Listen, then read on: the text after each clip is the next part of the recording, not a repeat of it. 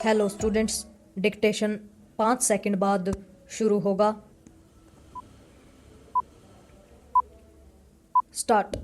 भुवनेश्वर में आयोजित पुलिस महानिदेशकों और महानिरीक्षकों के 3 दिवसीय सम्मेलन में राष्ट्रीय सुरक्षा सलाहकार, गृह मंत्री और प्रधानमंत्री का शामिल होना इस सम्मेलन की महत्ता को रेखांकित करता है।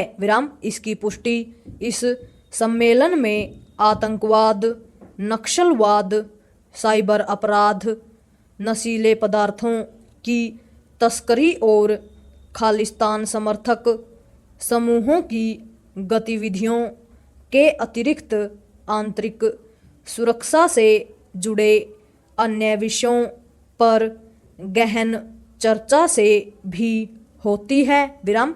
इस सम्मेलन में 3 दिनों तक विभिन्न विषयों पर हुई चर्चा के निष्कर्षों को अमल में लाने के ठोस उपाय करने से ही आंतरिक सुरक्षा को बल मिलेगा।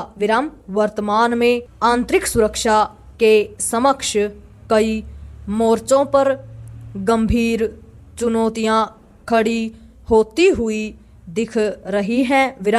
एक ऐसे समय जब भारत 2047 तक विकसित राष्ट्र के लक्ष्य को पाने के लिए अग्रसर है, तब हर स्तर पर कानून एवं व्यवस्था को सुदृढ़ करने पर न केवल जोर दिया जाना चाहिए, बल्कि ऐसे उपाय किए जाने चाहिए जिससे आम लोगों का सुरक्षा परिदृश्य के प्रति भरोसा और अधिक बढ़े। यह अच्छा है कि इस सम्मेलन में साइबर अपराधों पर भी गंभीर चर्चा की गई, लेकिन इसकी अनदेखी नहीं की जानी चाहिए कि साइबर अपराध बढ़ते ही चले जा रहे हैं। साइबर अपराधी जिस तरह संगठित होकर काम करने लगे हैं, वह सुरक्षा एजेंसियों के लिए एक गंभीर चुनौती बन गया है। यह कहने में संकोच नहीं होना चाहिए कि फिलहाल हमारी सुरक्षा एजेंसियां साइबर अपराधियों पर लगाम नहीं लगा पा रही हैं। पर यह ठीक है कि साइबर अपराधों के प्रति लोगों को भी जागरूक होने की आवश्यकता है, लेकिन इसके साथ ही सुरक्षा एजेंसियों को साइबर अपराधियों के दुस्साहस का दमन भी करना होगा। अभी ऐसा नहीं हो पा रहा है। सुरक्षा एजेंसियों को एक ओर साइबर अपराधियों पर लगाम लगानी होगी और दूसरी ओर साइबर सुरक्षा के तंत्र को और अधिक मजबूत भी बनाना होगा, क्योंकि साइबर सुरक्षा में सेंधमारी भी एक बड़ी समस्या बन रही है। इस समस्या से निपटना इसलिए कठिन है क्योंकि अक्सर यह सेंधमारी विदेश में बैठे साइबर अपराधियों की ओर से की जाती है।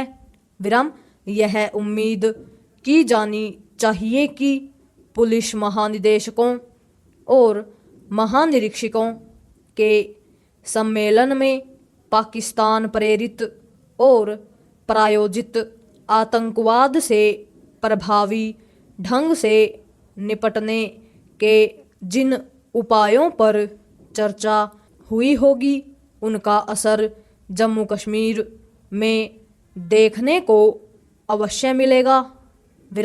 वर्तमान में पाकिस्तान के साथ साथ बांग्लादेश से भी सतर्क रहने की आवश्यकता है, क्योंकि वहाँ की स्थितियाँ आतंकी और जिहादी तत्वों को बल प्रदान करने वाली हैं। विराम। निश्चित रूप से पिछले कुछ वर्षों में नक्सलवाद पर एक बड़ी हद तक लगाम लगी है, लेकिन उसे पूरे तौर पर पस्त करने की आवश्यकता है ताकि नक्सली संगठन स्वयं को फिर से संगठित कर सिर न उठा सके। विराम। यह संतोषजनक है कि नए आपराधिक कानूनों पर अमल शुरू हो गया है और इस पर सम्मेलन में चर्चा भी हुई, लेकिन बात तब बनेगी जब आम आदमी को इन कानूनों का सकारात्मक प्रभाव नजर आएगा। पूर्ण विराम।